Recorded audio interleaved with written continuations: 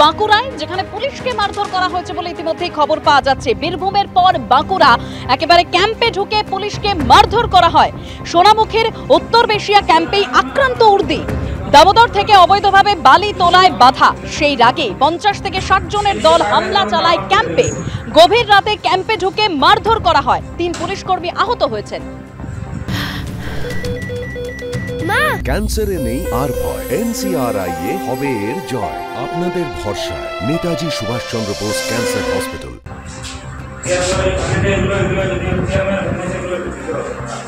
গুরুতর আহত 3 পুলিশ কর্মী। এখনো পর্যন্ত এই ঘটনায় 7 জনকে গ্রেপ্তার করা হয়েছে। বীরভূমের পর বাঁকুড়া, ক্যাম্পে ঢুকে পুলিশকে মারধর করা হয়। সোনামুখীর উত্তর বেশিয়া ক্যাম্পেই আক্রান্ত উর্দি। দামোদর থেকে অবৈধভাবে বালি তোলায় বাধা, আর সেই রাগেই 50 থেকে 60 জনের দল হামলা চালায়। 3 জন পুলিশ কর্মী গুরুতর আহত হয়েছেন। আর এই ঘটনায় এখনো পর্যন্ত 7 জনকে গ্রেপ্তার করা হয়েছে।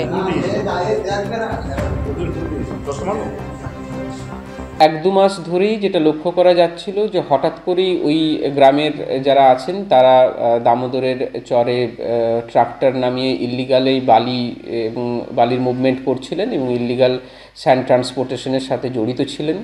ইনফরমেশন পেলে আমরা তৎক্ষণাৎ গিয়ে সেগুলোকে ইন্টারসেপ্ট করতাম এবং বিগত 2-3 মাসে 4-5টি এরকম কেস হয়েছে যেখানে ওই এলাকার মানুষজনকে অ্যারেস্ট করা হয়েছে এই কাজের সাথে জড়িত থাকার কারণে, এবং যেসব গাড়িগুলোকে ব্যবহার করছিলেন তারা, সেই গাড়িগুলোকেও আমরা সিজ করি। এই ঘটনার ওনাদের মধ্যে একটা আক্রোশ তৈরি করে এবং তারই ফলশ্রুতিতে কালকের এই আমাদের ক্যাম্পের ওপর অ্যাটাক বলে আমরা মনে করছি।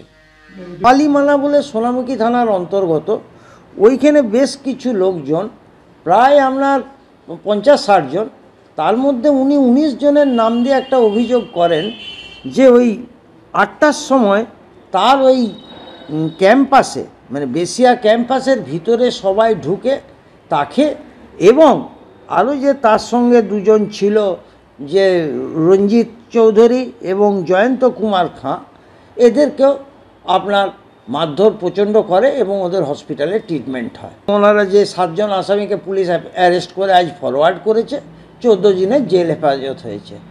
আপনাদের ওদের প্রোডাকশন আবার 26/3/2025।